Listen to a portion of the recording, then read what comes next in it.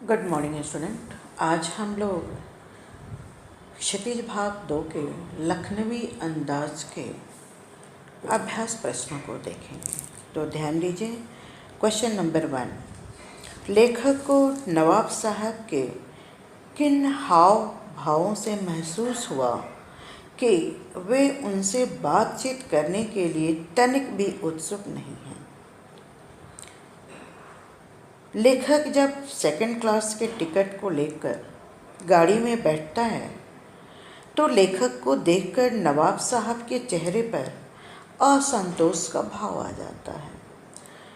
उनके एकांतवास में बाधा अनुभव होने लगता है। वे अनमने से होकर खिड़की के बाहर झांकने लगे, लेखक को न देखने का नाटक करने लगे। नवाब साहब के इन हाव भाव को देखकर ऐसा लग रहा था कि सफ़ेदपोश सज्जन नवाब साहब मेरे आने से असुविधा अनुभव कर रहे थे और मुझसे बातचीत करने के लिए जरा भी रुचि नहीं रखते हैं। इन सब बातों को देखकर लेखक को लगा कि नवाब साहब को मेरा आना अच्छा नहीं लगा। वे न देखकर नाटक करने लगे। क्वेश्चन नंबर 2, नवाब साहब ने बहुत ही यत्न से खीरा काटा, नमक मिर्च बुरका अंततः सूंघ कर ही खिड़की से बाहर फेंक दिया। उन्होंने ऐसा क्यों किया होगा? उनका ऐसा करना उनके कैसे स्वभाव को इंगित करता है? हम लोगों ने देखा कि नवाब साहब नवाब होते हुए भी सेकंड क्लास के डिब्बे में यात्रा कर रहे थे। लेखक को सामने देखकर उनको शर्म महसूस होने लगा। अपनी झिझक को वो दबा रहे थे। फिर अपनी नवाबी स्टाइल दिखाने के लिए उन्होंने नया तरीका अपनाया। उन्होंने सोचा कि हम ठहरे नवाब, हम साधारण लोगों की तरह खाना नहीं खाते हैं, तो उन्होंने नया खीरा खाने का एक नई स्टाइल प्रस्तुत किया। नवाब साहब को अपनी नवाबी शान शौकत दिखाने की आदत थी। वे ख़ानदानी तहज़ीब और नज़ाकत में विश्वास रखते थे। वह अपनी हरकत से ठाट बाट का प्रदर्शन करने में लगे थे और लेखक को देखकर उन्होंने खीरे को छीला, नमक मिर्च लगाया, सूंघा, बाहर फेंक दिया। यह सब करके नवाब साहब ये बताना चाहते थे कि सामान्य आदमी तो मुंह से खाना खाता है और हम ठहरे नफासत वाले, हम सिर्फ सूंघ कर खाते हैं। खीरा खाकर पेट भरने की आदत नहीं। इस प्रकार वह अपनी अमीरी स्वभाव दिखाने लगे। क्वेश्चन नंबर 3, बिना विचार घटना और पात्रों के भी क्या कहानी लिखी जा सकती है? यशपाल के इस विचार से आप कहाँ तक सहमत हैं? कहानी किसी घटना का ऐसा वर्णन है जो विशेष कारण की ओर संकेत करती है। घटना कैसे घटी, उसका कारण क्या हो सकता है, क्या परिणाम होगा, किसके द्वारा घटना घटित हुई, कैसे कहानी बनी, ये सब जानने की मन में जिज्ञासा रहती है। बिना कोई घटना का कहानी नहीं बन सकती और कोई पात्र नहीं होगा तो घटना कैसे घटेगी? तो घटना के बिना विचार कैसे होगा?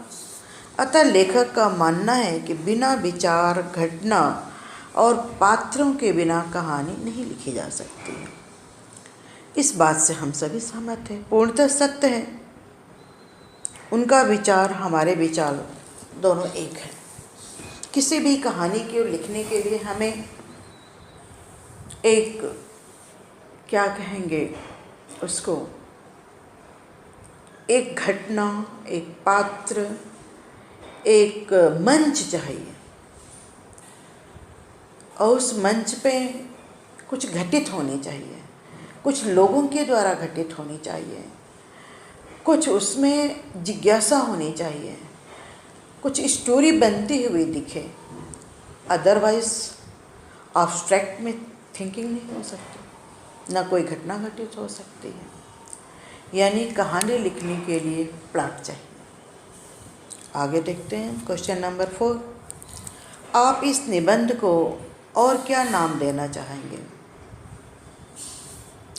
हम देख सकते हैं कि इसमें लखनवी अंदाज इस कहानी का शीर्षक है, पर इसके अलावा हम लोग नवाब साहब की एक्टिंग को देख करके लिख सकते हैं कि तुगलकी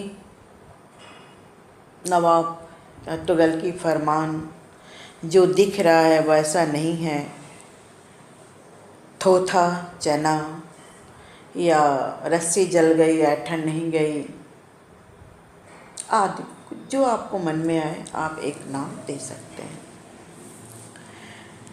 रचना और अभिव्यक्ति क्वेश्चन नंबर 5। नवाब साहब खीरा खाने की तैयारी करने का एक चित्र प्रस्तुत किया है। इस पूरी प्रक्रिया को आप शब्दों में लिखिए। तो आपने पूरा पढ़ा है, आपने देखा है कि नवाब साहब सामने बैठे लेखक को देखकर अपनी झिझक मिटाना चाहते हैं और एक खीरा खाने का एक नया अंदाज प्रस्तुत करते हैं।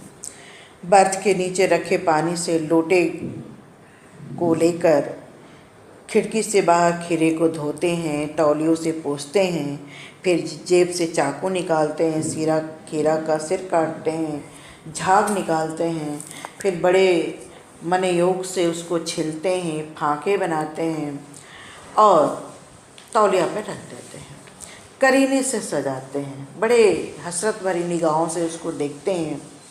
फिर खीरे पर ज़ीरा नमक डालते हैं, काली मिर्च डालते हैं और खीरे को सामने देखकर बड़े मन से उसको सूंघते हैं और आनंद लेते हैं। दूसरा है ख। किन किन चीज़ों का रसास्वादन करने के लिए आप किस प्रकार की तैयारी करते हैं? तो आप घर पे कोई ना कोई चीज़ तो बनाते ही होंगे, खाना प्रतिदिन खाते होंगे और आप तैयारी भी करते होंगे। तो ये आप अपने अनुभव के आधार पर इसका आंसर लिखेंगे कि आप किस चीज़ का किस तरह से प्रिपरेशन करते हैं। Question number 6। खीरे के संबंध में नवाब साहब के व्यवहार को उनकी सनक कहा जा सकता है। आपने नवाबों की और भी सनकों और शौक के बारे में पढ़ा होगा, किसी एक के बारे में देखिए। तो आप तरह तरह की कहानियाँ पढ़े होंगे, बहुत सारे राजाओं महाराजाओं के कहानी, उनके कारनामे को भी पढ़े होंगे। तो आप जो रुचि लगे उसका आप आंसर लिखेंगे। Question number 7। क्या सनक कोई सकारात्मक रूप हो सकता है? यदि हाँ, तो ऐसी सनकों का उल्लेख कीजिए।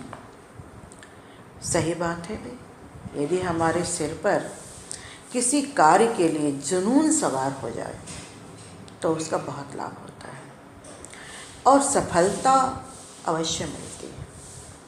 ये भी बात सकते हैं। सनक का सवार होना यानी धुन का पक्का होना। जो धुन के पक्के होते हैं, ऐसे लोग जिस भी पथ पे चलें वे तब तक चलते रहते हैं, तब तक कार्य करते रहते हैं जब तक कि उनको लक्ष्य की प्राप्ति नहीं हो जाती।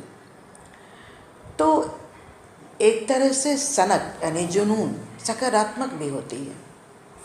अगर अच्छे कार्य के प्रति हमारी जुनून है तो मुझे बहुत लाभ देता है।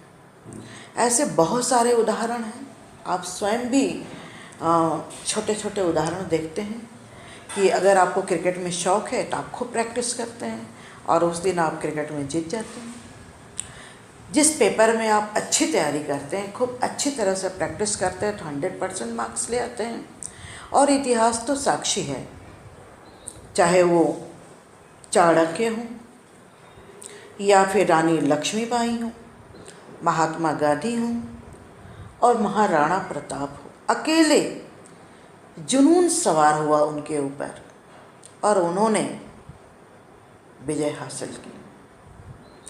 तो हम ये देखते हैं कि सनक सकारात्मक भी हो सकता है।